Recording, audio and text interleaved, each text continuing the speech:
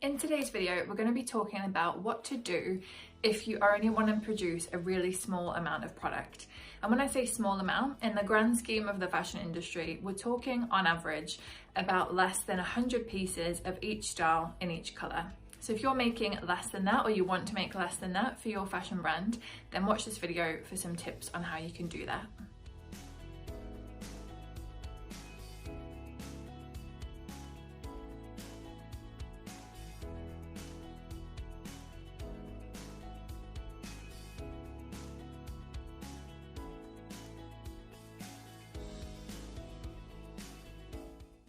If you're new to the Fashion Business Coach, hi, I'm Vicky, the founder, and I help small and startup fashion brands to launch and scale successfully.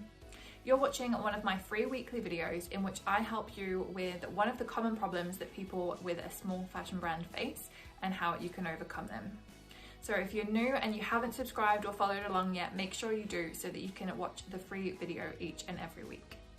So today's video actually came about as a request from you, my lovely audience, and a couple of weeks ago I made a video about what you need to prepare before you can get your fashion products ready. I'll link to that in case you haven't seen it yet. And basically loads of people asked me what to do if you're only wanting to produce a small amount. Because I think a lot of people were quite shocked to learn that by factory standards, a small amount can be 100 pieces or less, and I think a lot of people were a little bit scared by that because they wanted to make nowhere near that amount. And just to be clear, typically in the fashion industry, when factory is talking about a minimum order that they'll accept, usually that's going to be per color as well as per style.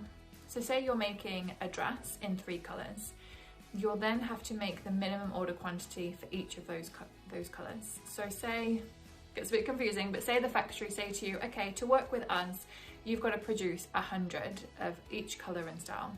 That means that for that instance, if you've got that one dress in 3 colors, for them to work with you, you'll have to order 300 dresses. And I know as a small brand that that's really daunting. I'm a small business owner myself with my own fashion brand, and I know that I wouldn't want to be ordering 300 of an untested dress either. So I hear you. So if you're one of those people that wants to make a small amount, then what do? Well, first things first, just to clear up a few of things that people have asked me. They've said, oh, I found a factory that will make 50 pieces and not 100, but then I had loads of delays. And yeah, that happens a lot.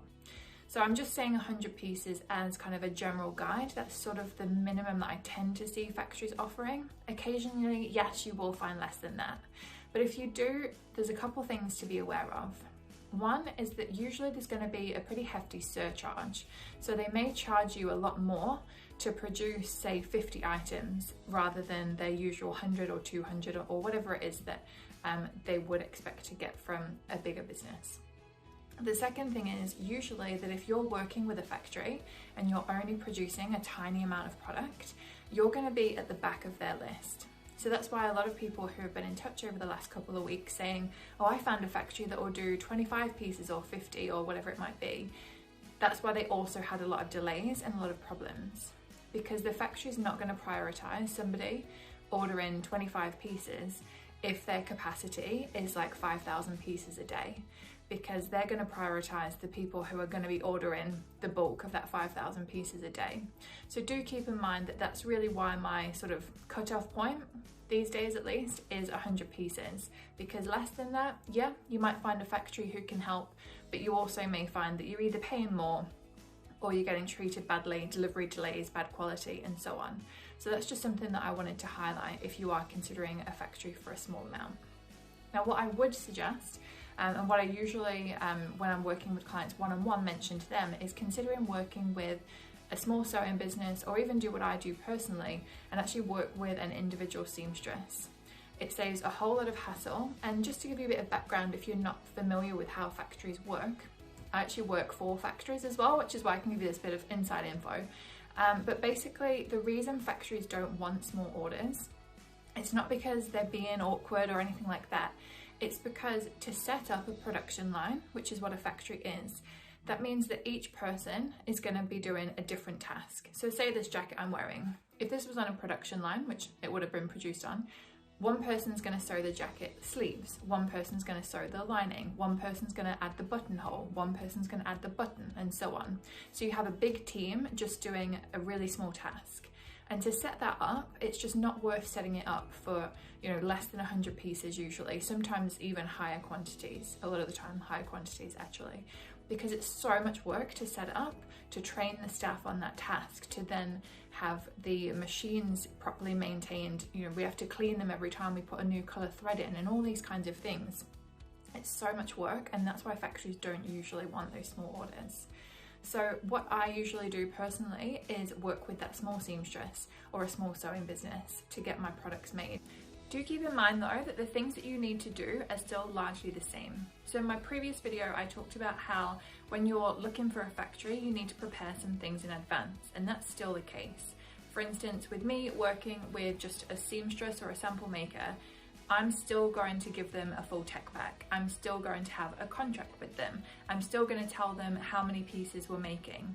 I still provide them with the same information that I would a factory. So don't confuse this with you doing less if you work with an individual or a sewing business, because we still want to make sure that those steps are in place so that, for one, we're protecting ourselves, we're making sure that we're really being clear about about what we're making specifically, what we expect, what the design's like, what the fabric, the construction, the whole thing is like. And we also want to make sure that we're holding the factory, or in this case the sample maker, accountable, so that we can say to them, hey, this is what we asked for, have you delivered on it? If not, why not? So we do still want to make sure that all of those steps and processes are still followed. If this is all sounding good, maybe you're thinking, oh, I'm so relieved that I don't have to order as many as these factories that I've been inquiring with have been saying, then I'm glad that you've been relieved, and I really hope that that's helped you a little further with some ideas as to how you can get your business going. I do have a free masterclass as well that goes into a lot more detail on specifically how you can prepare yourself for production. That one is recorded from the perspective of working with a factory, but as I say, the rules really still apply. We still want to be managing a sample maker, a small sewing business, a factory, all the same. We need to be taking control as the business owner and taking responsibility for the collection that we're producing. So I'll link to that free masterclass below that goes into this whole process of how you can actually get your products made in a lot more detail. So I hope that's going to be helpful, guys. Thank you for watching today, and I look forward to seeing you all next week. Bye for now.